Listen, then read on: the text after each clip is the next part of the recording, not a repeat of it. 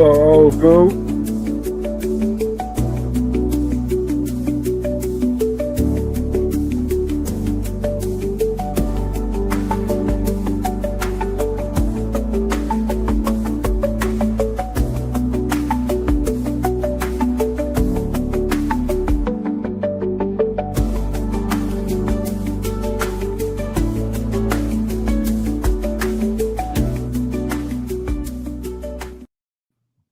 What's happening, y'all? Y'all here with the Unapologetic Instructors. We ain't here to fuck Yup. around and get around. You can hear me, dog? Oh, goddamn, he can't hear. So while he deal with his technical difficulties, I'm going to jump loose and do what the fuck I do and dance on it. And trying to figure out, I told y'all this shit a while ago. And now it's coming to pass. But go ahead and introduce yourself there, sir. Oh, okay. So this shit's still fucking up. And I told y'all this shit, and I'm going to show y'all some shit. It's coming to pass now. It's coming to pass like a motherfucker. And Meech ain't going to introduce herself anyway, so we just going to keep on talking until our special guests come on and get a goddamn grade A welcome. Welcome to the clan shit. But TB does introduce himself, so go ahead and let me know who here. What do? Yeah, man, y'all already know what it is. I'm talking about this the asshole by nature over this way, man. Hey, I swear to God, on my mama, don't play with me. You hear me? What's up with it? What's up, world? A few months ago, we was talking about this shit before this sorry motherfucker got to the NBA. And I was saying, if my child had a heart condition like his child did, wasn't even able to play a full college season, and I'm a fucking damn near billionaire, there's no way I'm telling my child, hey, the gig is up. I'm not willing to lose you on this court. Playing in the NBA may have been a dream, but yes, I'm talking to fucking LeBron James. Talking about him. And just to be clear, I would say this shit to his 6'9" fucking face and would not blink a fucking eye because I ain't got bitch in me. But now comes the part where he talked to Stephen A. Smith, because people are critical at the fact that his son is averaging 0.04 points a game in the fucking NBA. Oh, he trash. He's fucking monster trash. And yeah, you done played with your daddy. Really, did you play with your daddy, or just did you get to go do suicides with him and run up and down the court? Because you're fucking shit. That boy, water boy or something. Yeah, but everybody's like he confronted Stephen A. Smith to check Stephen A. Smith about talking to his son. Now, Stephen A. Smith, don't get it wrong. That Sambo ass motherfucker, I don't really care for him anyways. And when LeBron confronted him, he was the bitch that he is. He could call it being professional or whatever, but he was a bitch. And that goes to show, because honestly, I called him a bad parent then. I'm telling y'all right now, my feelings haven't changed. He's still a fucking bad parent. Somebody say something about your little fucking shit eater that's true.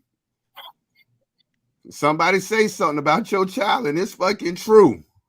Got in his body about it. You ain't no sense in goddamn getting in your moist ass feelings about the shit to go check the man. The man is paid to be controversial. He's paid to give his opinion of athletes. Now, because this is your child and your child is publicized because of you, because he got into the NBA on daddy ball, because that's the only reason why he got in, because he was shitty. His college stats was shitty. And he had a fucking heart attack. Should probably not be playing anymore. It's like knowing that your child got his TTE and sending them out there on the football field. Go fucking figure. But confronting Stephen A. Smith about what he has said on his ESPN show, on his Twitter, on his X, and all of this shit about your child and where they play at in the NBA and how they play. You just showed your fucking child basically that he's unapproachable from negative comments. Yeah, but where was the lie though? It wasn't a lie. He should be. Dog, he averaging 21 points when he playing in the G League. He's getting burned in time to develop in the G League. But he was not NBA. He was not draftable NBA ready at all. Oh my God. So Vonzo Rigsby, he just want to hear me he just want to see his boy blow a gasket. He says that you tripping, LeBron is the GOAT. And we need his kid in the league. Stop it, Rico, man. You don't believe that. His kid don't even average 1 point. His kid don't deserve the guy dog gonna be playing in a pickup game. He need to be the last pick. The Down syndrome kid need to get picked before his son. Hold on. He say Bronny all-star next year. He's an all-star if they do it by fucking popularity votes like they used to do. Man, he's gonna be like, you know what? If you put on some chips, win the award for like worst player on the team. But the thing is, if Bronny makes if you think Bronny need to be in the league, Rico, come meet me in Jonesville. Me, you, Marty Marr, Barlow, and Leonard. We gonna start our own NBA franchise out of Jonesville. You know what I'm saying? Because goddamn, dog, I can average more than him. Just give me the rock, bitch. If that's the case, I'm gonna go charge in, get a foul, and I'm at least going to the free throw line, motherfucker. I'm gonna do something to get a point. You can't get me at no 0.4 points a game, not a full point, 0.4. So when all of us went to school at some point to understand that is closer to 0 than it is to 1. The bitch, sorry. And his fucking daddy being the GOAT. What are we gonna measure the GOAT by? What are we gonna measure the fucking GOAT by? And you're absolutely right. Nah, you shoot like Bill Cartwright. You are absolutely fucking right. When I used to shoot, I had to shoot back, like Cartwright. And I did. But guess what? Cartwright was in the fucking league and played for years. Bill Cartwright was housed and shit, though. But this bitch right here do not deserve to be in the fucking league. Oh, my daddy play here, so I want to play here. Nepotism at its fucking finest. I mean, hell, I see why goddamn Braun liked Joe Biden so much. Joe Biden said, fuck that shit. My son ain't eating that charge, bitch. Braun looking at it like shit. Everybody else doing it, shit. I'm finna go and do it too. I'm sure that got to be the frame of thought behind it because he know that man ain't got no business in that fucking league. None. And I take him and I take Dion. And Dion is putting his mouth in his kid's business in a league that he hasn't played in 20 years. Just because you're around it don't mean that you've been in it. 20 plus. He played in 2005? I'm saying 20 plus, motherfucker. I was going to say more like 30, goddamn. But what I'm saying is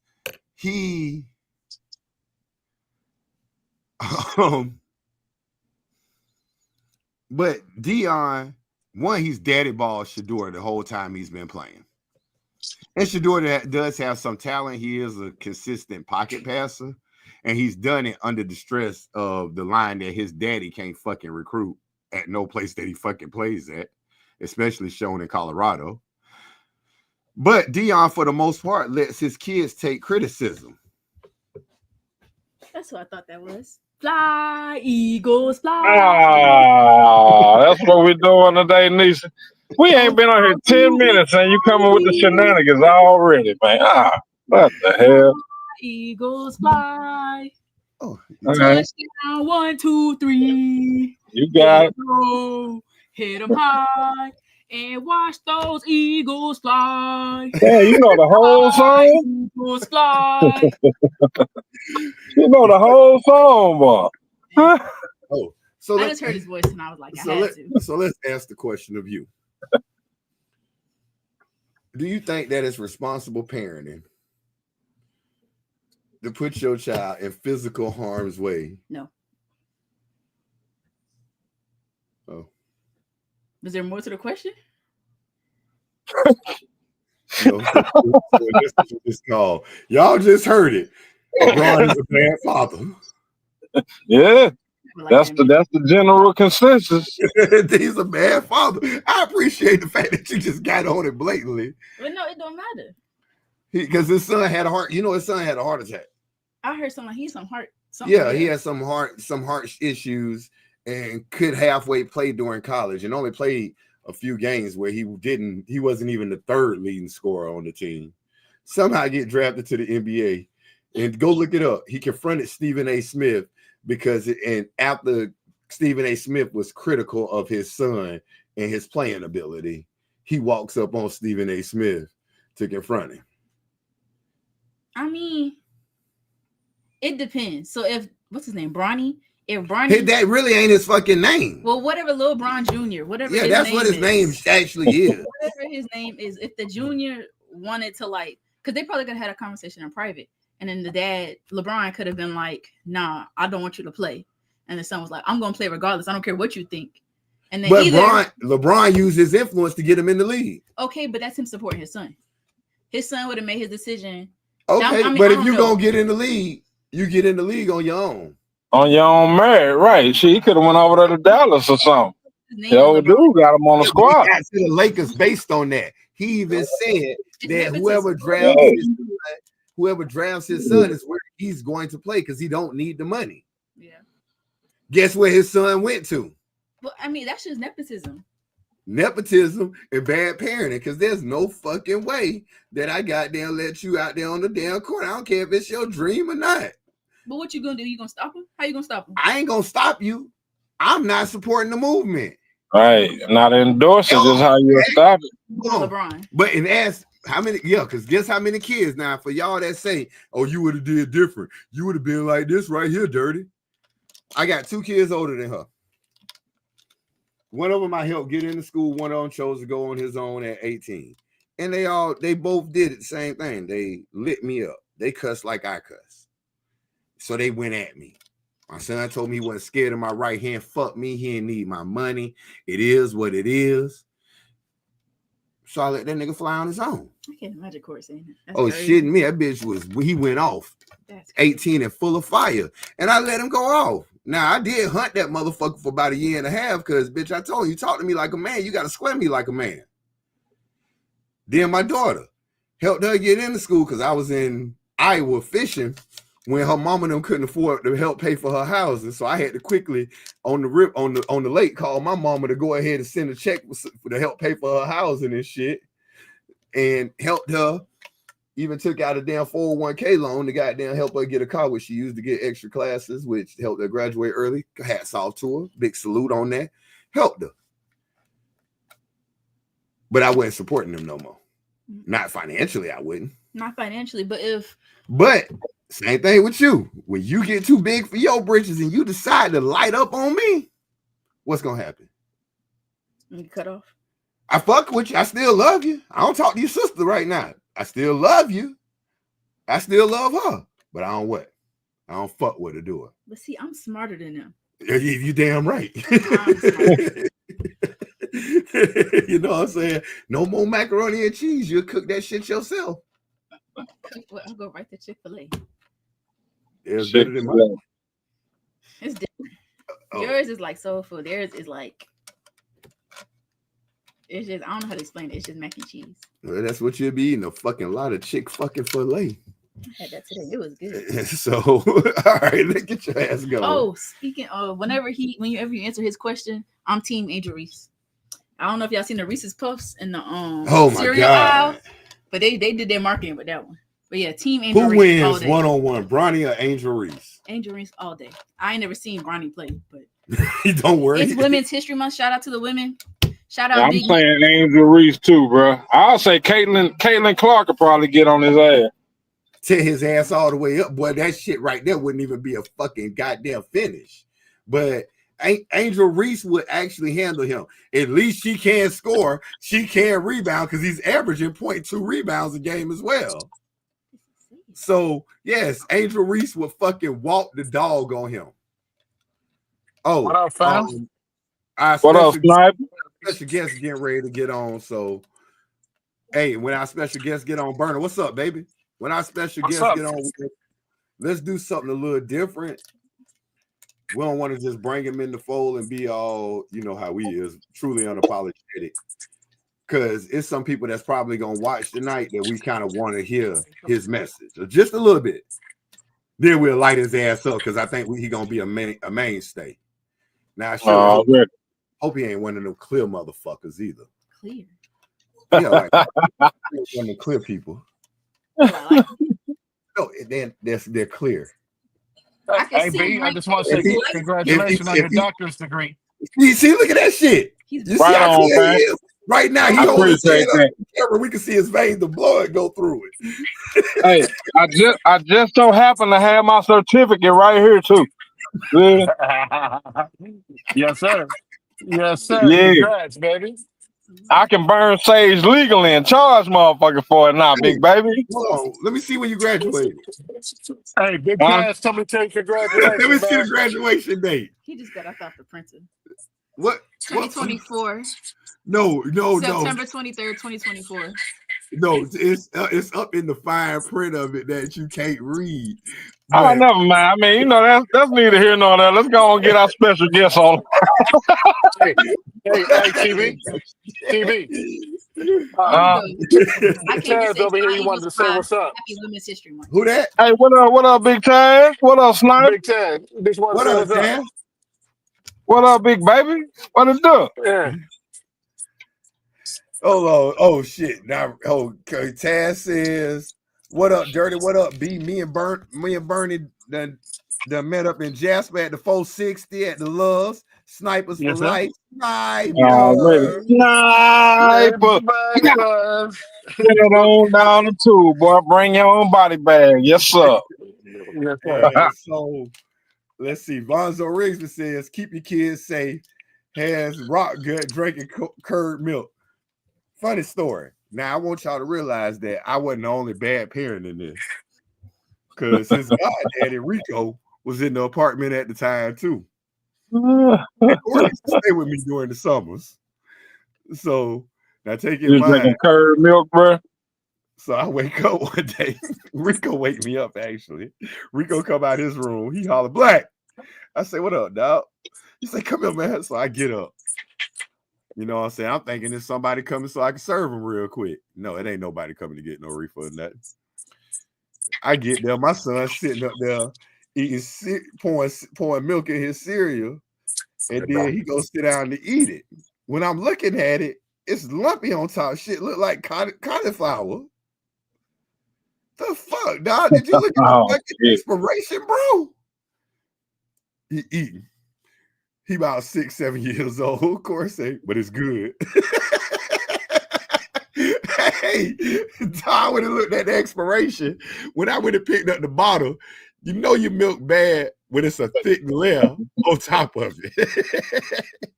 Right, when you got that little film on there and shit, like, damn, that shit look like wax paper.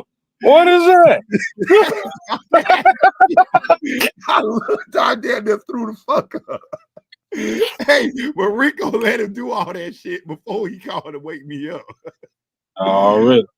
Now, on the flip side of that, my baby mama, one of my baby mamas, bitch tried me. She was reckless. So Rico called me that day, and I woke up. He was like, "Yo, she about to eat that pizza." We had some Domino's, a thin crust pizza, pepperoni that is, sitting on the dining room table in the same apartment that Corey had to ate his shit. Now, take in mind, Corey wasn't with me at the time because anybody that stayed at my house, any female that ever came by, if Corey was there, we had a 2-bedroom apartment. They had to leave. Corey don't sleep on couches, so Corey slept in a big water bed with me, king size water bed. But I go out there and I look at her. I say, "You silly motherfucker." Yes, I did speak that way. because it was silly because on this pizza that she was eating, guess what was on that motherfucker? Some little white dots moving around. Oh no! Sitting on top Wait of a the minute. on the Who ain't supposed to move around? Indulgence. What the fuck was it? Don't tell me it was no man. That's fucking diabolical. That's astronomical. That's just fucking horrible. It was so crazy. My dog, Black Ass, it had sat on that counter, and Black Ass was a tyrant. And Black Ass wouldn't even touch that pizza box. But she was eating it. Did she see the shit on there? Bro, don't get me twisted. Oh man, that's downright dastardly, man. I looked at that motherfucker, yo, you gotta go. She was out of the house that same day. You gotta go. I wouldn't even take her. She had to catch the bus. I gave her 60 cents. I ain't want to be a part of no goddamn maggots, go eating the motherfucker insides out.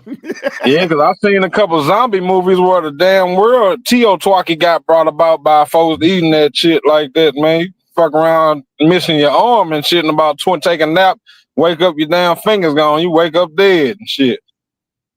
Hell nah. That's what I say. Okay, it kicked it. Okay. Ashley Harris gets on. It says, hey, y'all. Hey, y'all. What up? That's funny.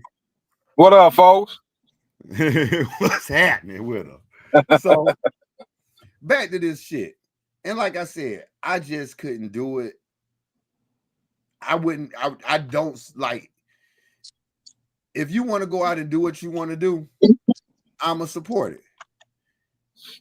But I ain't got to support it financially. I ain't got to be around to watch it. Because Lord knows if something happens to this kid and he drops off on the court while he averaging 0.4 points a game, what are you going to say? Oh, we shouldn't have let him. It's too late when people pass with the woulda, shoulda, couldas. Now, I mean, so like, are they even? Because I ain't watched. I seen like some highlights on ESPN, but I'm talking. Are they actually like putting them in the game, or is he just like keeping the seat warm and picking up towels and shit? What are you doing? Right now, he a clean up guy. He's not good enough to be on the fucking court. What is he cleaning up? Like sweating and jockstrap? What is he doing? Dog. I know they ain't got him on the team, and he's LeBron's son. They ain't just not putting him in there. No, shit, you still want to win games, and only thing he is a pom-pom boy. He get to get in for clean in minutes. He the motherfucker you let on at the last goddamn minute. Right. Like we already up 30. Go ahead and try to get you 0.5. Yeah, come on, dog. Get out here and do something, but shit, motherfucker. But one, you coming in with a stigma of a gift and a curse, where your dad has influenced it. Like Dion influencing his son, but Dion, for the most part, letting them deal with criticism. Like they talking about Shiloh and how Shiloh is not really that good, and that he's gonna be a late draft pick. But you know what though? In all honesty, bro, Dion old school. That man older than us. You know what I'm talking about? Bronny is younger than us, so that's some little bit of age and wisdom that they kicked on in. You know what I'm talking about? 'Cause I'm saying at Bronny age, he's younger than us. Yeah, he probably is quicker to jump in his feelings. I'm saying if it might have been Dion's shoes on the other foot, Dion probably would have did the same. But Dion been in the game long enough to know, like, man, nah, you want to do this, you got to take your lumps. Yeah, and you jump your ass out here like Bron. Yeah, that's Stephen A. Smith. That's a media personality. Somebody send him a clip from this show and tell his ass next time he in Orlando, I'll make sure I go to the fucking game. And I dare that motherfucker to talk that shit to Dirty. Y'all see a whole nother result. It ain't gonna be no post about it, bitch. I will jump on. I will man, jump on.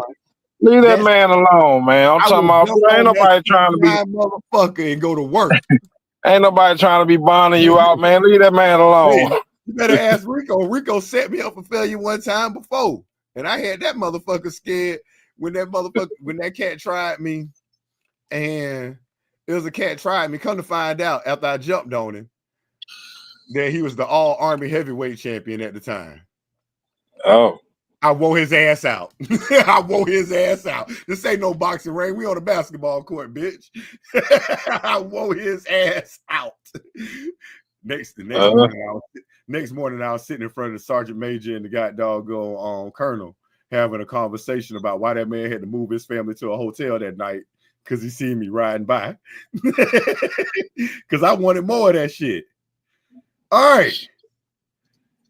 Hold on, who this is? Okay, hold on. So this next person, we gonna bring him to the goddamn stage. We gonna walk him through getting his camera right. Y'all don't know this motherfucker. Hell, we don't even know this motherfucker. But all in the same, he is a motherfucker. He stood goddamn 10 toes down for 28 motherfucking years doing his thug thizzle. And ain't goddamn gonna tell on a motherfucker to get the lesson his time. This motherfucker right here hails from goddamn New York. He also is a clear motherfucker too, like his goddamn sister. But we gonna show him some motherfucking love. We gonna preach his knowledge and give y'all a little bit of knowledge of what real TV and the rest of this shit telling y'all about the goddamn penitentiary. Fuck what y'all seeing about Angola and shit. We got a motherfucker right here, right motherfucking now, straight out of goddamn the New York penal system. It's motherfucking our goddamn homeboy, goddamn Jay. What's up, fam? Goddamn, he ain't got a mic on. You got to turn the mic on, dog. Look at the bottom of your screen. Turn the mic on. God damn it. These damn New Yorkers. Those New Yorkers.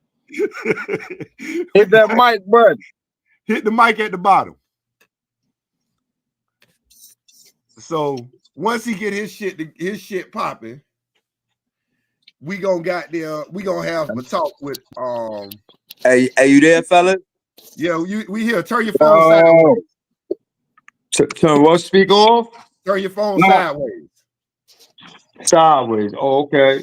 And it'll make your camera show like us. Hold on, it should flip. Man, tell your sister to buy you a better phone. Yeah, I'm definitely gonna have to do that. Don't even worry about it. Fuck it. So first off, on behalf of goddamn the Unapologetics, welcome to Fuck Home. Hey, fellas, thank you, man. I appreciate that right there, man. Definitely appreciate that, man. Hey, man, freedom is definitely precious. I'm trying to tell you, man. Freedom is precious. I mean, I take the ups, the downs, the ins and outs, everything about this life that comes with it, man. No more honey buns, huh? And I don't never want to see another honey bun a day in my life. Damn little Debbie cakes, man. You ain't shaking up no more ramen noodles. Goddamn, I don't want no more crackhead soups, no more ramen noodles. None of that. What's a crackhead soup? I dealt with the goo. I didn't deal with the goddamn crackhead soup. Let me tell you something. The one thing I can say though, man, fellas inside the pen, we come up with ingenious ways on how to hook up some ramen noodles, though, man. I'll tell you that much, make it edible. And y'all call it crackhead soup? We used to call it crackhead soup, man. Yeah, crackhead soup. So that was a necessity. That was a survival kit right there, because at any given moment, them jails should get lit. They shut it down, and now you don't got access to no packages. You don't got access to commissary. You better have something inside that locker to eat, man, or else you just fucked up on bologna and cheese sandwiches. That bologna, yeah, man. When the jails get locked down, yeah. It was real in there. We got people viewing, and if the question is crazy, you tell us, because we gonna go around kind of ask some questions and shit. And hey, I ain't answering that, fuck it, we keep moving. We don't give a fuck. And then we'll get to the regular show, and I mean, after we get you comfortable and woo your ass in, then we're gonna fuck your ass up pretty decent. Yeah. So that's how we do. Hey, welcome to the Unapologetics, fam. Unapologetic, huh? Yes, sir. So you did 28, right? 28 years, 3 months, 2 weeks, and 3 months and 15 days. 28 years, 3 months, and 15 days. God damn. Shit. Yeah. I mean, man. I played a clip at some point for some younger cat. And Yo, because I'm gonna bring a younger cat up here because they're gonna ask a question and they want to answer to it. But so just off GP, what kind of you did the time for us? So what's your what was the charge? Well, initially it was capital murder. It was murder in the first degree and robbery in the first degree. It was a felony. It was a murder committed in the commission of an A felony, which had during that time it had enhanced the penalty to a capital murder phase where, because Governor Pataki in the 90s, the mid 90s, 1996 to be exact, he had reenacted the death penalty bill here in New York State. Yeah, prior to this time, New York State had abolished the death penalty, saying it was cruel and inhumane. And it was like that for years until Governor Pataki took office. And he took office September 1995. And that was the first thing he implemented, the Anti-Terrorism and Death Penalty Act in New York. So it enhanced these crimes, like, crimes of what transpired in my case was, your typical, robbery gone wrong. And that's not to undermine what transpired. A life was taken. Let's get that out there first and foremost, man. To the family members and everybody, that was affected behind, the senseless act of Eduardo Martinez losing his life at 22 years old, because individuals entered into his establishment, and as a proprietor, someone that, he went all out for his establishment, man, and tried to protect himself and his people. And me being a 19-year-old individual that was, going through a lot of traumatic experiences that I, as a child, and during this time frame, I didn't have no value for life, or I didn't understand the meaning of life, my own or others as well. You know what I'm saying? And this man lost his life. But the charge I was initially charged with was murder in the first degree. Hold on a second. Yes. Yeah, I'm okay. Question, don't it? What he did? No, I asked what he did, but he explained. You ain't hear the remorse, and that's the understanding. Yeah, I want that out there because that's real. The remorse part of it is real. I don't ever want it to be like that's something to glamorize. The taking of a human being's life. That's one of the most. That's a sin against humankind that is not easily repaid. You know what I'm saying? If ever. Because they can't get back. Nah. When you kill, family, it hurts you. I mean, obviously, it hurts your family being away for so long. It does. It hurts the family because they'll never see him again. It wasn't no visits for him once he passed. Right. You know what I'm saying? Right. It's two sides to every story. Exactly. And I mean, it happened, but it's not glorified. Nah, not at all. So, but to answer your question though, the charge I was initially charged with was capital murder. I was charged with murder in the first degree and robbery in the first degree. And at 19 years old in New York State, I was the third defendant to face the death penalty when Governor Pataki had reenacted this bill. So at 19 years old, I was sitting there in the county jail, which was Rikers Island at the time, facing the death penalty. Okay. So that my mind frame, I was 19, and this is something that was just dumped in my lap, because of something I did, kid. Huh? Look it. We all of us have been a stick-up kid at some point in our life, so yeah, man. Yeah, but when you play with them guns, man, things go wrong. Every time you pick that gun up, man, you need to always keep in mind, man, there's a possibility that I'm gonna have to use this gun. Yeah. You know what I'm saying? You need to really think about that, man.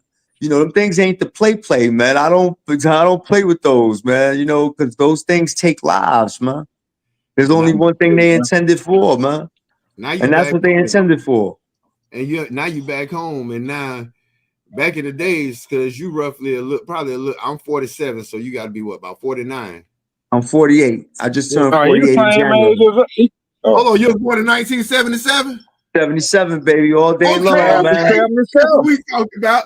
Great year. Yeah, 77 gang. No, Yeah. Nah, Yeah. you in the middle up there. You stop. So yeah, we definitely bring you into the fold. This big 77 representing over here, man. I had You y'all hear? clear, I had y'all clear people on the same row, but we gonna put y'all non-77s down there. Hey, but whoa. Hold up, time out though. Hey, hold up.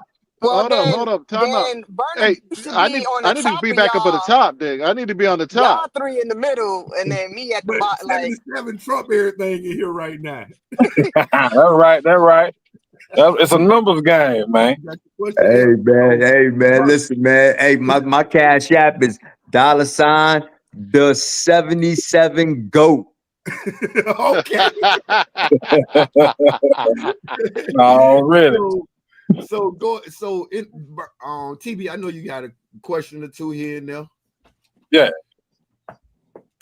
What's happening, So, TV? Yo, what's happening, fam? So All shit. right now. So what I want to know is, I'm saying, because you done had a nice little block of time, you know what I'm saying, to cool your heels and, you know what I'm saying, kind of like reflect on the course that your life took, you know what I'm saying? So my question to you is, like, so now that you out, I mean, you got a fresh start, fam. So what's on your faux pas? You know what I'm saying? What's your next move, man? How you plan on doing the bounce back right there? Well, one thing I can definitely say, TV, is this much, man. Fellas in prison don't realize until you out here, man, that life hits you on life's terms out here, man, because in prison, you don't have to worry about a roof over your head. You don't ever have to worry about food in your belly. You don't have to worry about the worries of expenses and bills and responsibilities, and basically everything in prison is like right there for you. You know, it's not really too difficult to survive in the trenches, man. But out here, this is where the real trenches is at, man. You know, and answer your question, what my next move is. My next move is just to get the most independence that I can possibly get. You know, especially health wise, spiritually wise, you know, financially wise. I just want to be, you know, I want to be sturdy, you know, so, you know, when life comes at me, man, I can always make the best decisions for myself and the people that I love. You know, that's real. Yo, it's a hardship, man. You don't realize it when you're inside, but you know, because you don't, especially in there for so long, and then you finally put out here in this real world, man, where everything has changed and everything is different, man. Technology. Look, I'm talking to you fellas over a phone, and I can see each one of you. You know what I'm saying? Like, and we had the block flip phone when you went. the block flip. Yo, And the New Jack City phone. It's synonymous. The best comparison I can give you, the way I feel, is like this. You ever watch? You know, I know all you 77 babies remember the Flintstones, right? Yes, sir. Yeah. I feel like I was taken out of the Flintstone prehistoric era and just thrust straight into the Jetson era. The Jetsons, right? Jetsons. Yeah. That's how I feel, man. But I'm good. I'm blessed though to have, you know, a strong network of individuals that want to see me succeed. So you know, my path. You added 3 more to that. Right, and I appreciate the love, man. No doubt. You know, Burner, what you got for him? Man, I'm just absorbing the knowledge, man. This is a miracle, and right before my eyes. You know what I'm saying? And to hear the story, it's man. I salute you, brother. I salute you, man. Hey, bro, And thank you for that, man. And I just wish you the best, man. And hey, whatever I can do to help you out, bro. Hey, I'm here, man. We family. We're locked in, man. But Yeah, man, that's good. and I appreciate that, man. You know, one thing you say though that it resonates with me is that and I never want to lose sight of the fact that this is a miracle. right? The second chance at life again, man, because Amen. you know, yeah, amen to that, man. Because you know, while I was back there and behind that wall, you know, since a very young age, man, since I was a baby, man, you know, I had to instill in my mind that I was gonna die in there. You know what I'm saying? Because, you know, it was my defense mechanism, you know, to have to tell myself that this was my home, and I'm gonna have, and it's sad that I had to do that, you know, but it needed to be done in order for me to survive in there. And you know, but to have this second chance at life, man, you know, this do-over to get things done the right way, to live life accordingly and be a productive member of society, it is a miracle. You know, to sum it up, it definitely is a miracle. Well, Meech, I mean, you know, it's your brother and all, but I mean, hell, I mean, you sitting there looking like you about to fucking cry. Goddamn, your brother Nah.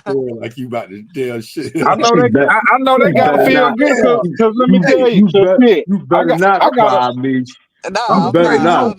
I'm gonna trade it over to Meech and Jay. I'm gonna ask this question to both of y'all. You know what I'm saying? Meech, how does it feel? And I'm gonna give him a question too with the same part, but it's the same way. I want you to think about it. How does it feel seeing your brother no longer behind that wall and going to visit him on Vizzo and shit and having the goddamn be searched and shit every time? And Jay, man, how it feel now coming home and seeing what probably was a badass little tyke back in the days. Yeah, we know she was bad as hell. We can look at her. Now you can hug her and really embrace your sister. You know what I'm saying? Like, how does that feel? Like, how does that feel for both of y'all? Like, that's like, who want to go first? I'm ready to jump to it, Mish, man. If you want to, you know, go first, I'll let you go first. I'll let you go first because you on the roll right now. Go ahead. Nah, because Mish, I ain't gonna lie to you, man, and I couldn't express it enough. And I'm glad I got this platform here, man. You know, with the fellas listening in and everybody, you know, hearing how genuine and sincere I am to say this, right? Fellas, my sister Mish right here, man, she pulled up on me, man. She pulled up on me at a time when I needed a family member and a friend, right? To hear me, man, and be on my side and, you know, just be ready to ride or die. And Mish did that for me, man. She pulled up on me. I was in the hospital, fellas. And I'm fighting, you know, to fight the freedom, you know, that was a piece of cake to the fight that I got ahead of me right now. And that was the fight to walk again. You know what I'm saying? Because I was paralyzed while I was incarcerated. And I was a full quadriplegic. I couldn't move nothing from the neck down. And you know, neurosurgeons telling me that I'll never walk again. You know what I'm saying? And I told them motherfuckers, not only am I gonna walk, but I'm gonna come back to this hospital and put my foot in your ass for saying some stupid shit like that to me. You know what I'm saying? Already. Fire now. Already. For that years, he didn't lose fire, did he? You know, I'm trying to keep it clean though, but I'm being real. Whoa. Now I gotta pause the show. Yeah. See, hey, first rule about the unapologetic. Hey, you want to tell them or you want me to tell them? Feel it, you say it. We don't give a fuck what you say. Right. We ain't sorry, bro. Talk your shit. Hey, this is the power of the First Amendment, the right to free speech, bro. Yeah. Talk your shit, man. I told that motherfucking play our motto real quick. Hold on, Jay. We got to play our motto for you. So you feel better about it. The words spoken are professionals with legal representation and protected by the First Amendment. So for your safety and the protection of others around you, do not attempt to speak like us. We are different. We are unapologetic. There you go. Say what you say. Yes, sir. I told that motherfucking neurosurgeon, I said, not only am I gonna come back to this hospital walking, but I'm gonna put my foot in your ass for telling me some shit like that. So, but fellas, it's been a struggle, man, and it's been a fight, and I really needed help. And I needed my family, you know, and that's all for a whole nother segment, man. But you know, sometimes family ain't always family, man. Sometimes we're not blood related to be family. You could create your own family, man. Yes, sir. You know, and I had to learn that shit the hard way, you know. And I gotta tell my baby sister, man, once again, sis, you were right. I was wrong. But fellas, my sister pulled up on me, man, and she gave me the love that I needed, man, and the hug. You right, man. That hug without any officers talking about, hey, you're getting too close, or hey, this or that. You know, I could hug my sister, man. Me and my sister could lay in the same bed side by side and take a little cat nap. You know what I mean? You know, like old days and shit. yeah, you know what I'm saying? You know, and she was there for me, man. And you know, my whole bid, man, she made it a priority, you know, that her children know who their uncle is, you know, and they do, you know, and there's a lot of fellas in prison that don't have that. They don't have that support, that emotional, you know, that love. They don't have it from family members or friends, and it's sad. Me, I was fortunate. I was fortunate though. I was fortunate to have a strong, and she was as tight. You're right. She was a little tight. When I went to prison, man, she was nothing more than 10 years old, man. She was the baby, you know, and she lost her big brother to the penitentiary, man, you know. And but you know, something was instilled in her, a love was instilled in her, and thrives to this day. And that's for her big brother. You know what I'm saying? And I love you, sis. I love you, man, to the core. Aw, you all mushy. Already. Yeah, you made me cry. Hey, but you know what? What you said, it's true, but it's sad as well.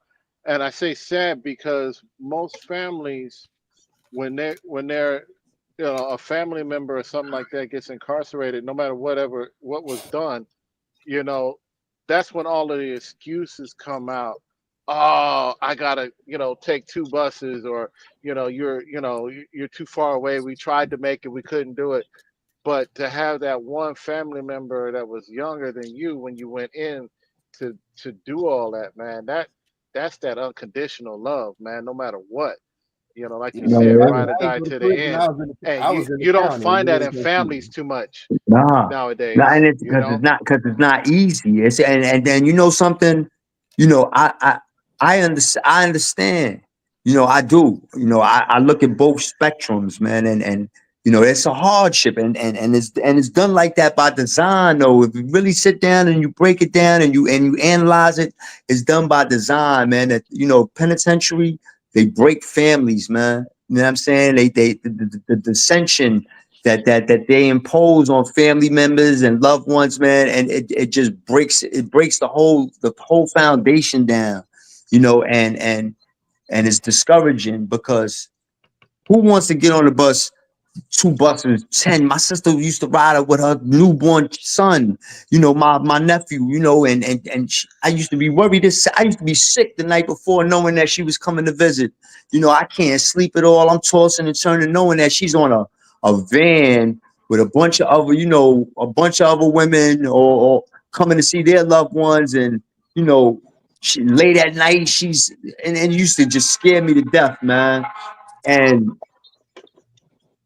so yeah, I understand it's a hardship on both sides, man. I was so fortunate, man, to have such loving, caring individuals in my corner, man. I wouldn't have been able to make it through there without them, man. Because they were the ones they were the ones I was fighting for. You know, they were the ones that I was standing firm for. You know. So, Mish, how you feeling right now? Oh, How you felt with the whole situation? Yeah, don't get all shy now.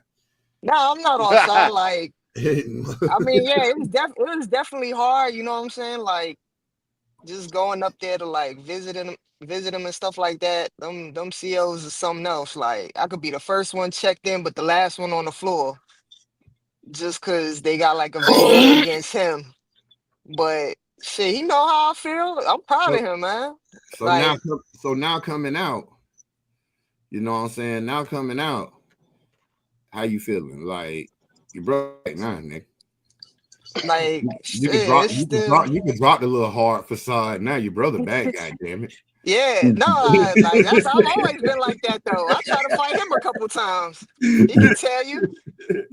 I mean, in all, and I mean, I hate to only 1977 and above, aka Burner, only 1977 and above will remember Ernest Angley and Benny Hinn laying hands. Now we can't lay no hands to you. We like to lay different hands on people, but you will walk. You will walk, bro. You will walk in, and you gonna sit. You one day you gonna get on the show, and you gonna tell us hey, I took a step.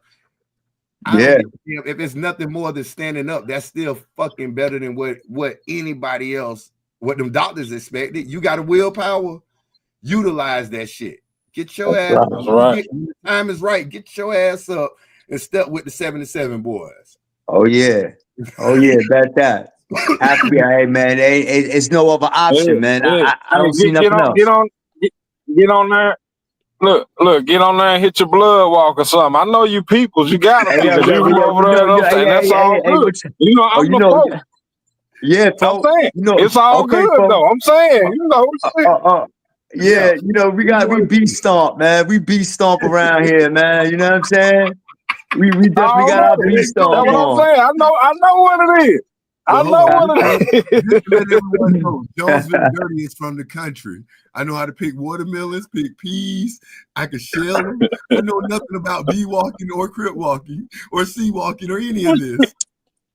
Oh no, that bitch bad. Do you have any more questions, young Padawan? Huh? Do you have any more questions? What's a Padawan? Oh, you ain't watched Star Wars. Get on with it. Oh yeah, I don't like Star Wars. Yeah. You got questions for the fellow? No. He got a question. Oh my God. Step out right. Goddamn. Yeah, no doubt. And find out. Let me just go. No. All right. Well, no. Well, we definitely happy to have you on here for whatever time. I'm listening, bro. I'm gonna send you the link every week if you want to get on. Now that your yellow ass done been up on this motherfucker. Yeah, there we go. Now you come on in anytime you want. Come in, talk your shit. Yeah, no topic is off guards around here. You know what I'm saying? Oh, yeah. Like, it's for real. So, Jay, on behalf, I stressed it at the beginning. I'm gonna stress it again because my heart go out to the struggle that you made and the fact that Meech basically lost a big brother to the whole family. You know what I'm saying? And the family of the victim as well. You know right. Hey, you got an unapologetic salute. This is the one time I wish I could play some goddamn crazy ass music in the background and have a horn or something, but we definitely fuck with you. That's right. Welcome home, fam. Hey, appreciate you fellas, man. Appreciate the time, man. Appreciate the airplay. Appreciate the love, man, and the hospitality, man. Unapologetic, man. Y'all got my votes, man. No doubt, baby. Already. Yes, sir. Already. Yeah. God damn. Damn, me. You brought a guest star on this motherfucker for real. Yeah. Come on. A motherfucker that can stand 28. I ain't gonna even lie. Now about this one, I do it, but I don't want to. I give them a forewarning before y'all get me fucked up in some shit like that. Understand? Think about your actions because then I gotta come, then I gotta go. Trying to tell you, man. Look, man, ain't 28 nothing to glorify, man. That time was rough, man. Shit, we can believe it. I mean, my uncle did 25 on the same thing down here in Florida on a murder.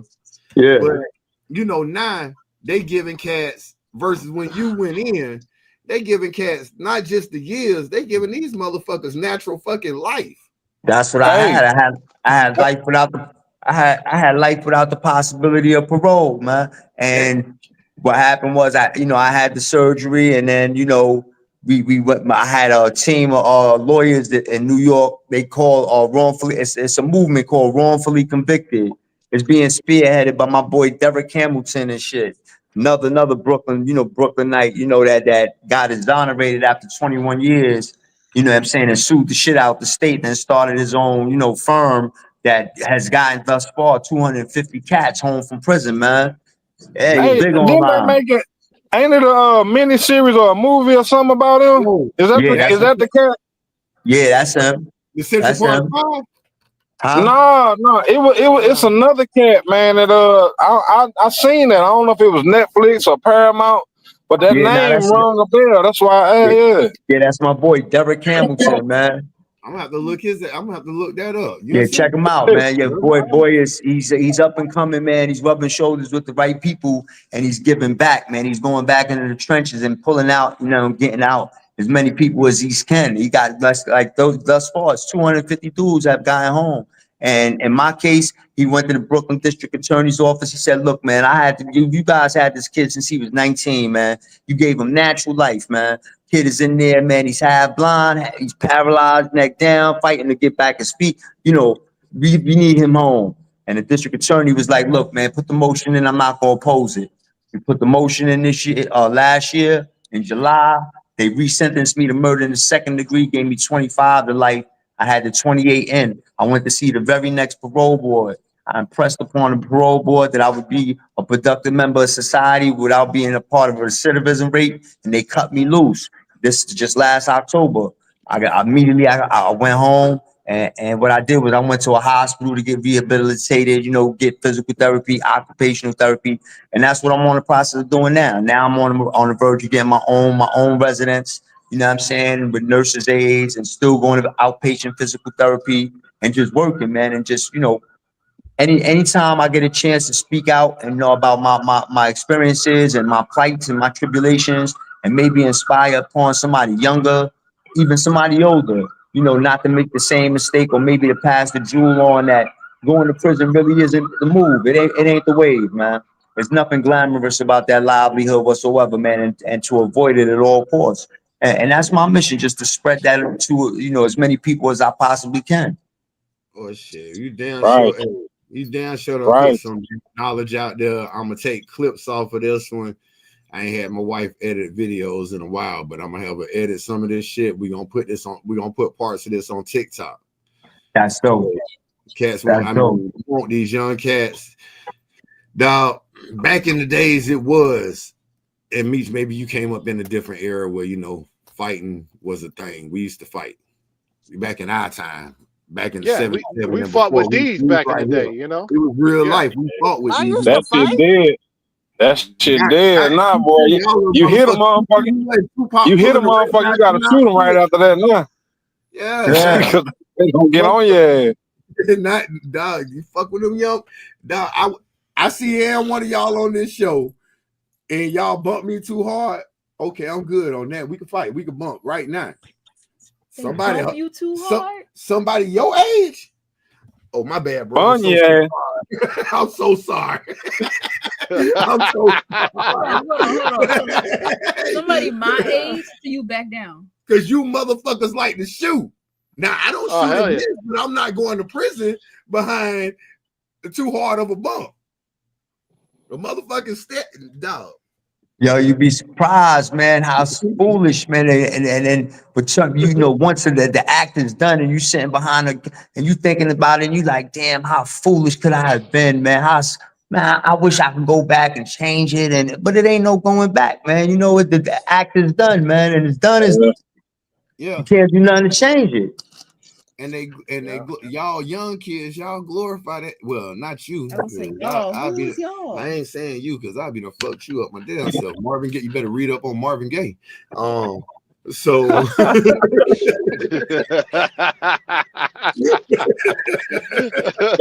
damn, man. Hold on, man. Damn, man. Get up off my knees. Marvin, didn't his father kill him? Yeah, that's what he was saying. Yeah, his daddy killed him.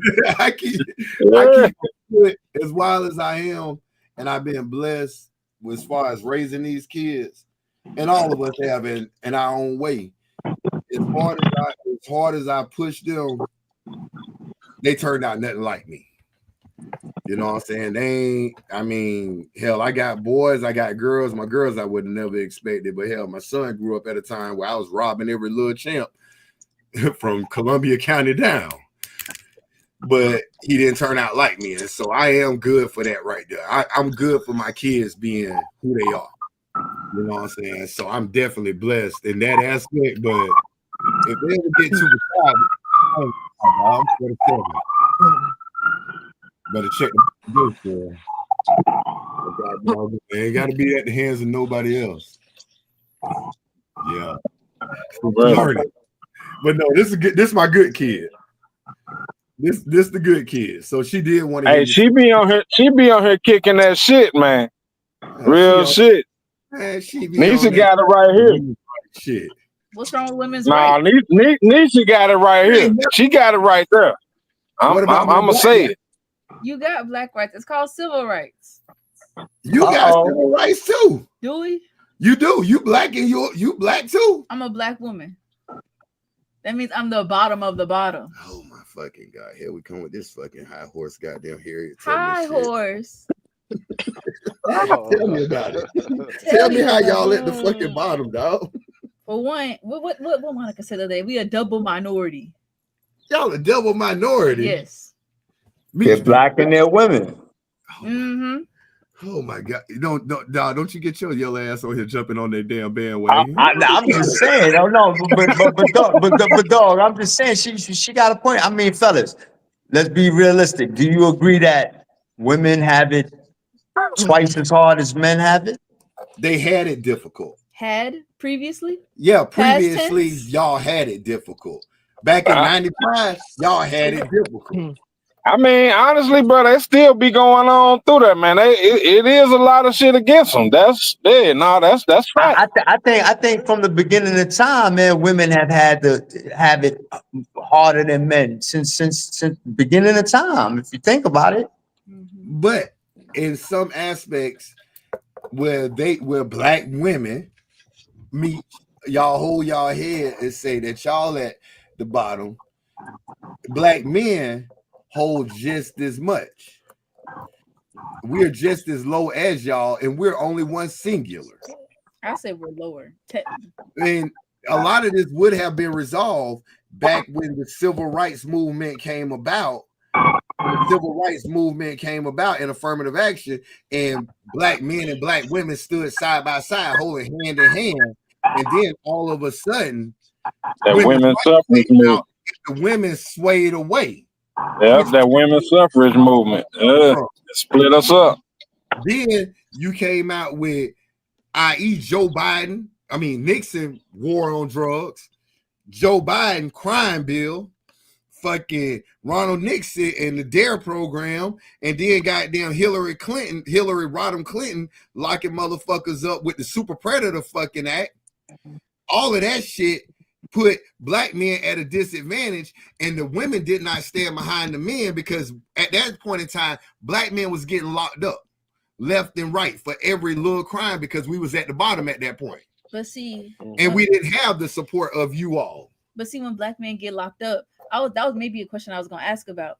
For one, when black men get incarcerated, like with the who was that president with the war on drugs? The war on drugs started with Richard Nixon right after the Vietnam War, when New York really got hit hard, because they seen it firsthand with St. Louis, any of the major cities. They ain't happened in Jonesville. No, she talking about Clinton.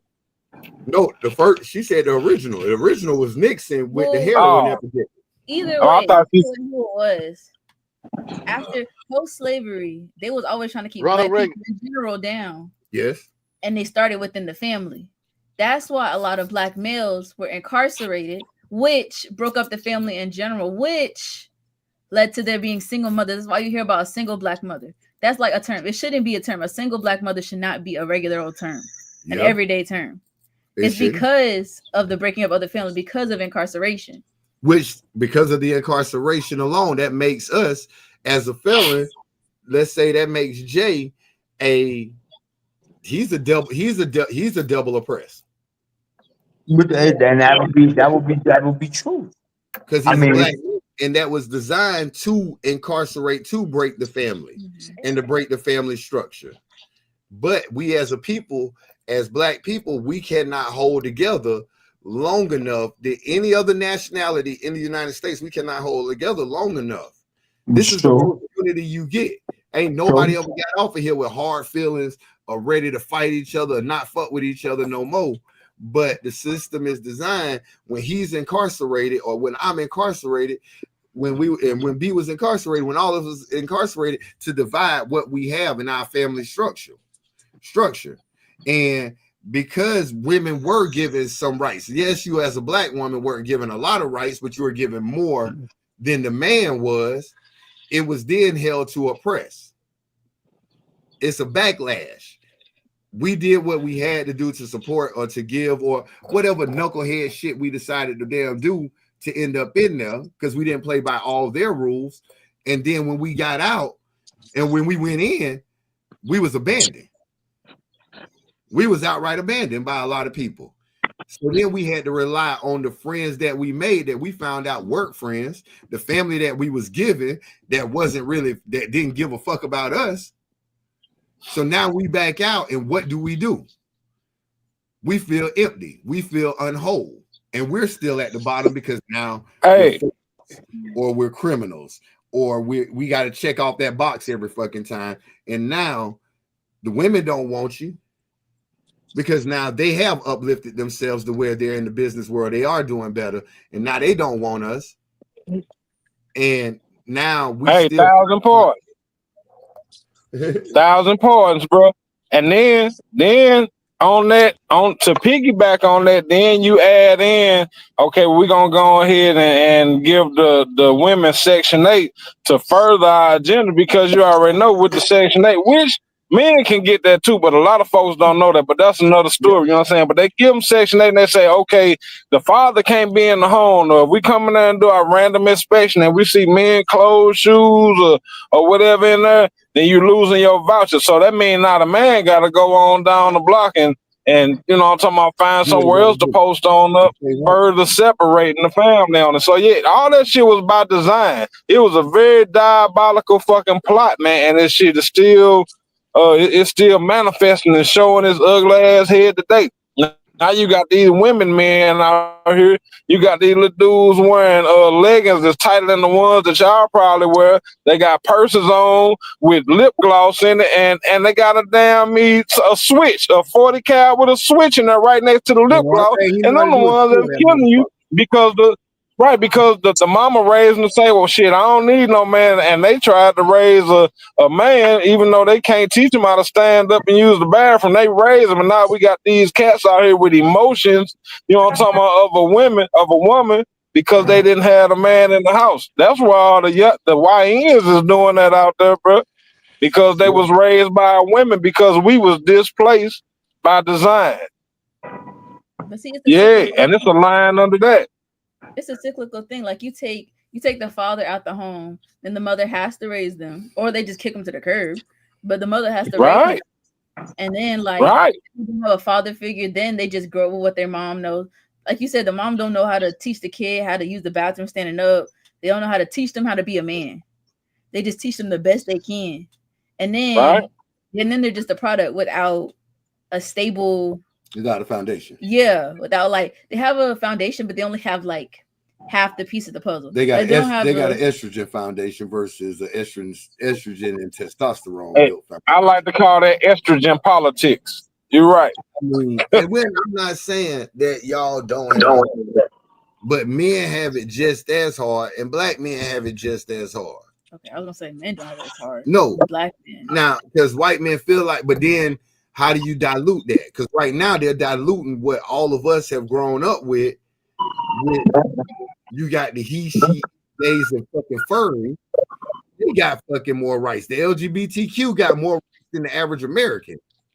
Man, shit, these folks ride for humpback whales, midgets, and people who can fly before they ride for us. How they got more rights? These motherfuckers ain't playing with you. With you being gay in America, bi, trans, whatever it may be, in America, shit, you getting pushed to the totem pole. Hell, look at how all of us act. I'm gonna give a perfect example. Hold on. Before you go there, just remember your thought real quick, because I want to piggyback on something you just said.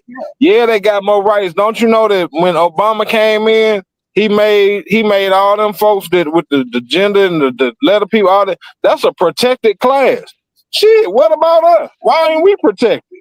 These folks is protected. Like if you get on the train and you call this dude that's dressed up like a woman, if you say, "Excuse me, sir," I'm talking about, and he get mad about it, Your ass getting locked up because they a protected class. Why ain't we a protected class? Shit, we got brought over here against our will and built land on built civilization on stolen land. You know what I'm saying? We should be protected, but they steady dividing us. And here's the kicker, and this is something I went through the other day.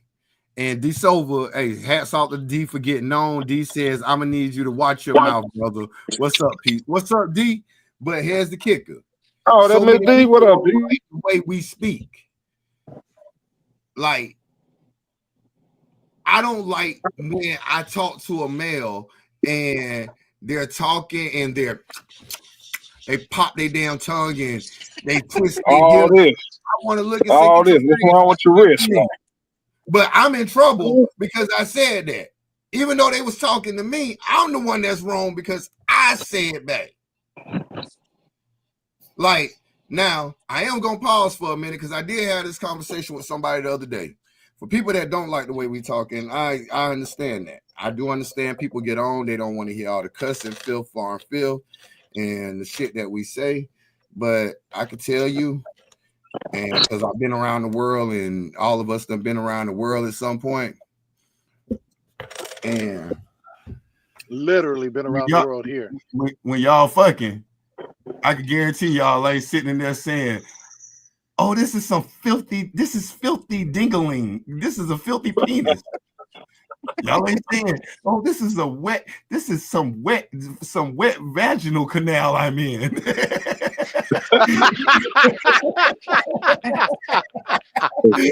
I'm certain y'all ain't saying that.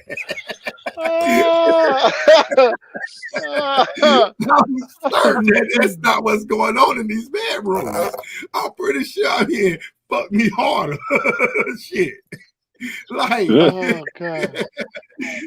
Like, so, but people judge. And people have their own preference. We have lost viewers. We lost a lot of subscribers because of the way, particularly the way I fucking talk. But the way I talk, because people will tell you, everybody gonna tell everybody on here at some point, that means that you don't have a wide vocabulary because you use vulgar words. Say about anybody who cuss. Yeah, you're not speaking intelligent. Yeah, but if you choose to use curse words instead of other words that could still give off like the same meaning, don't matter. This is what I choose to use at that moment. Yeah, but that's why people say you don't have a wide vocabulary. But you done been around me. Most of it, I can tell you, everybody on this deal on the Unapologetic is pretty fucking goddamn smart, pretty bright in our own realms. It may be all the way around, but guess what? We talk the way we talk, and we accept each other for who we are. Burner don't cuss nearly as much as me. Well, no, not on here. You should see me behind the wheel, but no. But I look at it this way: this is an outlet for everybody. You know what I'm saying? But mainly, I'm not trying to out anybody, but you know, like me, TB, yourself, Meech. I mean, we have one thing in common. We all at one point in time was at the same company, and at different times our paths crossed and we built a form of connection. And this is just a way of, this is just like, it's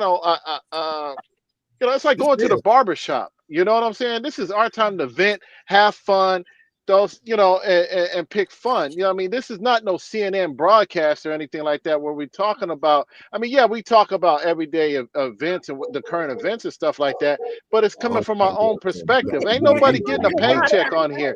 We're not being sponsored by anybody, so we don't have to answer to nobody. So, that old saying, get in where you fit in. You know what I'm saying? I mean, I'm sorry, I'm on here to vent. So if I piss somebody off, man, fuck your feelings, move along. And my biggest thing is a lot of people don't realize for me, I can speak for me and TB. I can't speak for me and bro because we done talked about this. This shit is damn weekly therapy. Yeah. This is my barbershop analysis. Yeah, it's just therapy. We get on, we laugh, we have a good time. You know what I'm saying? Get to meet cats like Jay, who gonna be a stay on the Unapologetic. You got Meech, I can tell you, y'all two at the bottom, y'all know for a fact I wasn't having no conversation with y'all motherfuckers as students. Ain't not that I ain't like y'all, or that y'all want to be good people. I just don't talk to students. Wait a minute, hold on. He didn't have, bruh would not fuck with me until I came back and got my key, and he mentored me from the first day I came through. Then when I passed my test, I was so excited. I said, "Hey, bro, you know I aced that shit." He say, "All right, then they come back when you got them keys, jingle his keys. When you got them keys, come back and holler." Because I always thought he was older than me and shit, so I think he even called me little nigga. All right, little nigga, you know when you get them keys, come back and holler at me. Once I got them keys, once I came back and hollered at him, then he showed me how to get the paper. So y'all don't feel bad at the bottom because it wasn't just y'all. It was your favorite sniper too. He was just one of them old mean, surly motherfuckers. Mean and surly. I ain't talking to nobody anyway. People, you would tell you, I'll be like, who that old head over there, man? Damn, he walking around like he owned this motherfucker. And Bernie, what did I tell y'all? Hold up, but look, Bernie, I think that was a Sniper Mike, because you was here right when he came in, and O was over there hollering that day, throwing Black and Miles and shit. I'm like, all right, man, y'all better listen. I'm finna send y'all over there to Pad 11. Y'all want to go over there with him? They looked over there like, yeah, no. So you say cut the second triangle in half and back up? I say, yeah, let's do that. Yeah, let's do that. Back then, when I trained, it was a big thing, and a lot of people, I was misunderstood. And I don't need to give people understanding, but my biggest thing all the time is I didn't play with you because your life was in my hands. Or if you came to me, and y'all wasn't my students, but if y'all came to me, now I'm stepping in somebody else's house. I don't want to infect it. I don't want to fuck with their house. And I also don't want to give bad information, which a lot of them trainers, when you go to them in-house trainers, when you go to these other trainers, and any student that's watching, no matter what realm of employment you in, when you go into other people for that information, don't take advantage of it. Take it, but your first and foremost is the person who money lies on, is the person that really needs to give you the toolage. Now, if any one of y'all trainers had dropped y'all off a lot like they did, they goddamn YouTube sensation Junior Honduras, who wasn't shit as a damn trainer. Maybe he's developed over the last few years, but I could tell you in 11 and a half years, he wasn't shit, because I picked up his students after he couldn't get them their license. I had no problem picking up people's students, but I wouldn't put my knowledge into you beforehand, because what they eat don't make me shit. So the money that they was making, it wasn't going to make me shit. But I wanted the best for everybody. Like I asked about Meech. I asked Sean, how's she gonna do? He was cocky, but I mean, he was fucking, wasn't better than me anyways, but you should have had me, but you would have been like, yo, this nigga cooler than a motherfucker. Now, TB learned the craft, and he learned the craft fast because he did back then what the roadmap was for people, not for you, Meech. Don't take nothing from your training, but the roadmap back then was TNT first. Learn to teach before you instruct, because you had to teach them how to back up. You had to help them get comfortable. You had to get comfortable. TNTs will break your fucking fear. Yeah, I did TNT though. Okay, so but it'll break your fear, and it makes you more resilient when you become an instructor, to be able to talk to people, to be able to deal with it. Now, I never learned how to talk to people, but I mean, I had the gift to goddamn scare the goddamn maneuvers into you. So, I mean, 5 steps, let's get the shot away. But you sitting there looking, what the fuck?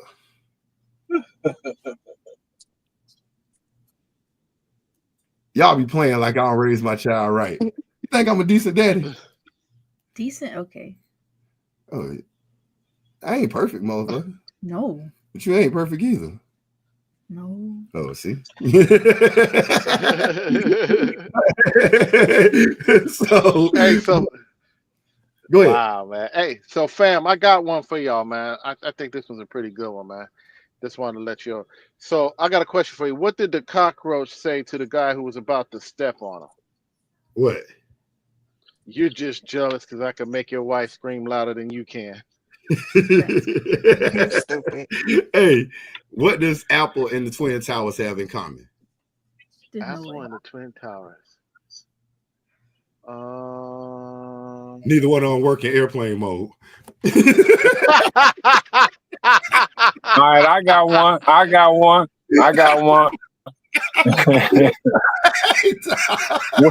What do you what do you call a belt made of watches? What? A waste of time. Oh. All right. I got another one for you. Oh, we lost Meech. All right. Well, here's another one. I ain't got none. Hey, what did the nut say to the other nut as he was chasing him down? What? I'm a cashew. I'm a cashew.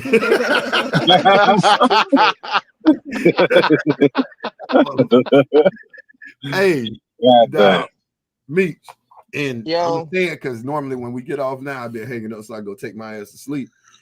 Hey, appreciate you bringing your brother on. Real shit. He welcome to get on anytime. I'm sending the link every week, get him more comfortable with it. Definitely happy that you reunited with him. And definitely. For those that you give me hope, man. He give me hope, man, because my brother doing 99 years, boy. I'm talking about some shit.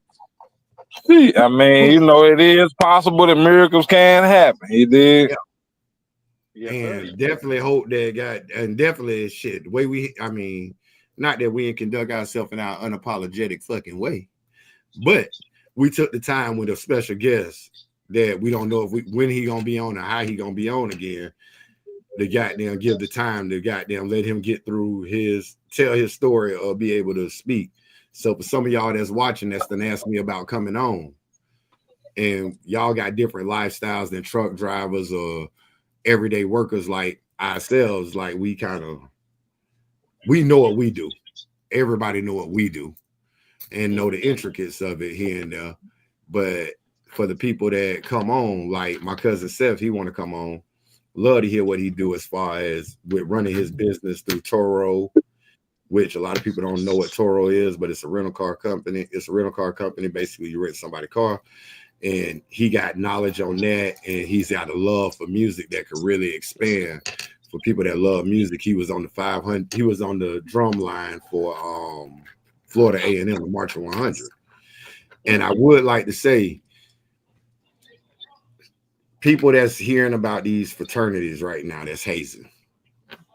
Three young men just got charged with manslaughter because they ended up hazing and they killed an individual. 20 years old. 20 years old and killed him. And heart goes out to that family. Now, I will say, do they deserve to get manslaughter? Yes. Should that chapter of Omega Psi Phi be kicked off the yard? Yes, they should. But with all of these fraternities and sororities and the Marching 100 and these drum lines these bands y'all going into at HBCUs, understand if you don't feel comfortable in that situation, speak to someone beforehand. Walk away. And for you people that are, let's say, Sigma Gamma Rho, Sigmas, Alphas, Pikes, Delta Tau Delta, all this shit, all these Greek fraternities, some of y'all older chapters, older members, they need to step in when y'all doing that final line. Y'all need to make sure if you my age, burner age, TB age, and you're one and Meech age, if you in these fraternities and sororities, as these chapters go in for these events, go speak to them. Hey, look, keep it the way it was when I came through. Or if you know that your experience was bad and it almost cost you a broken rib or something like that, speak on it and let them cats know, hey, this somebody's child you doing whatever you doing to. Would you be okay with your child coming in here going through this? Because these are college educated kids that are doing dumb shit. Now, the 3 manslaughters, they deserve to catch that shit. They do. They every bit on deserve to catch it. But and you think wisely if you decide to join you a sorority. The shit don't feel right. You have every right to still go in, but you exploit what the fuck they doing if it's against your morality. You know what I'm saying? It ain't no keeping no damn secrets of mistreatment by nobody. So I just want to put that out there. The hearts go out to the people. Vonzo says Bronny play in the G League. He comes up for TV time. Okay, so Bronny James, yeah, they only bring him in so that he could be on the floor with his daddy and they could say he was out there with his dad. Oh my God, this is father and son, yada yada yada bullshit, whatever. Let's see. And D, we do watch our mouths, but we also, you got like anybody that's watching, and I know it's people out there watching right now. Said, I'm glad you said that, D Silva. Watch your mouth. Here's the kicker. Y'all got to give us some way. I ain't gonna ask y'all. I mean, y'all gonna give. I mean, it don't matter. We're gonna run the show regardless. So, but support us in our good times and our bad times, but also understand that this is our outlet to be able to say the things. A lot of people, like I work around a lot of folks that say shit behind closed doors and they don't ever want that shit to get back out. But I've been in a lot of companies like that. If I tell you that your hair fucking nappy, if I say at the TB them that damn she left in her hair nappy, I need to be able to say that shit to your face. Yeah, and I'm gonna say you bald headed. So what you gonna talk about me for? I'm just saying a lot of people don't do that. How many times you don't heard people whisper about so and so at church, but they ain't gonna tell so and so about it? Well, yeah, that's what I like about my church. That my pastor will say. That there's people like that. But I'm just saying, but the thing is, he shouldn't have to say it. None of us should have to be on here saying it. We should just be able to say what the fuck. People should be able to say what they feel. And society has made it so if it's not what is agreeable or sound nice to the multitude, that you're wrong for being that way. Well, no. Then some people's personal opinions will hurt other people's feelings. That's sometimes why people like don't say it in front of people. Like there could be somebody at my job who smells funny. I'll be like, oh. You seen what's the face lately?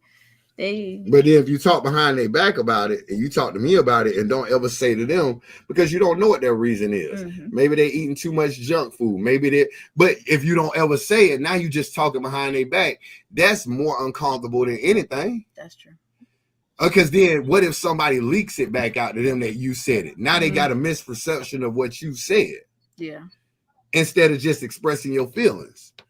If it hurts your feelings, it's easier to get over it. Me should be happy for me to say something to her, for her to get past it and decide how she want to feel, a burner or whoever.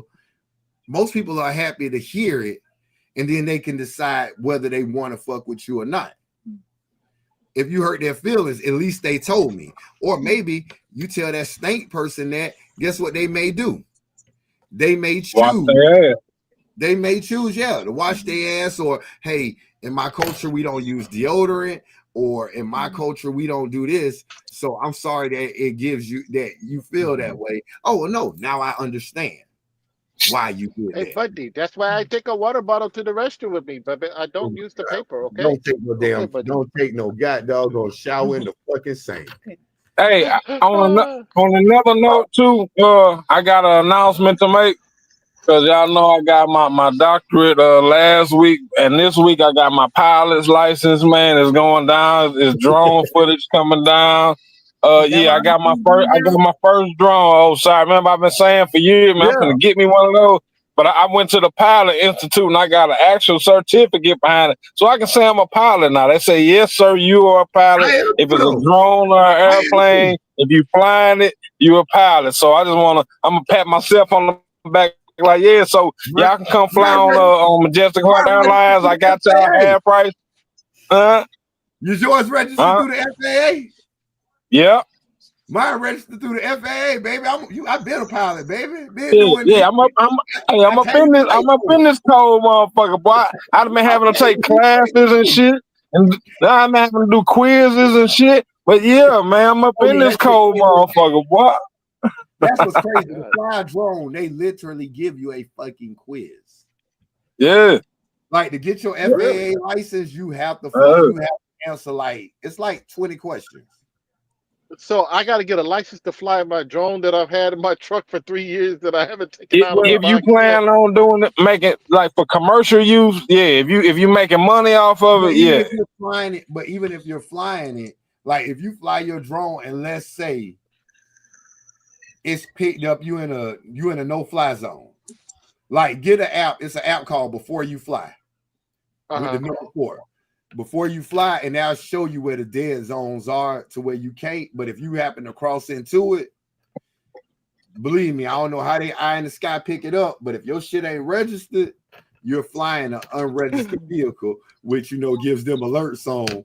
Basically, you flying this unmanned vehicle, this unmanned air object, aerial vehicle, Right. and you know how they fucking feel about motherfuckers just flying naked. Yeah. They're a little antsy about that. Yeah. Hey, hold on, Meech, because you looked at my question a little wrong. I mean, my joke a little wrong. You didn't have nobody passing the towers, did you? Nah. Okay, then. Well, I don't know what the fuck you was looking wrong for, dog. It was just a sick joke. I wasn't Tripping. That's that New York face, man. Taylor looked the same way. You know what I'm saying? You say something, he just give you that look like, Hey, I might call that. And I finally ran into him. Yeah, I talked to him. Oh, nah, Tim showed his ass. Yeah, no, I seen him, but like the one time I seen him, he was over there in a deep conversation. Next time I seen him, he pulled up on me and said, "Yeah, O said you had something to tell me." I said, "Yeah, man, you need to go ahead and get right." You know what I'm talking about? He said he finna come hunt your ass. Hey, hold on, let's see. Nick got on. Nick said, "What it do, family? What up, bro? What up, though, Nick? What's happening?" Steve Dirt, what up, snipers? Hey, what up, Steve? That's Sniper Steve right there. Yeah. That's Sniper Steve, man. Say it right now. Hold on, let me get that comment out of here then. No, you started. Oh, I started. Hold on. Trousers. Hey, but that tell us that we doing something. When we get the bots on here, when the bots pop up like this, that tell us that the motherfucker that we doing something, dog. They popping in on us. They watching. Hey, well, we'll take that. We'll take that. No Diddy, but we'll take that. So, R. Kelly did a line on residual. I heard he got 25 albums out since he been locked up though. I wonder what he called them. Locked in Gen Pop.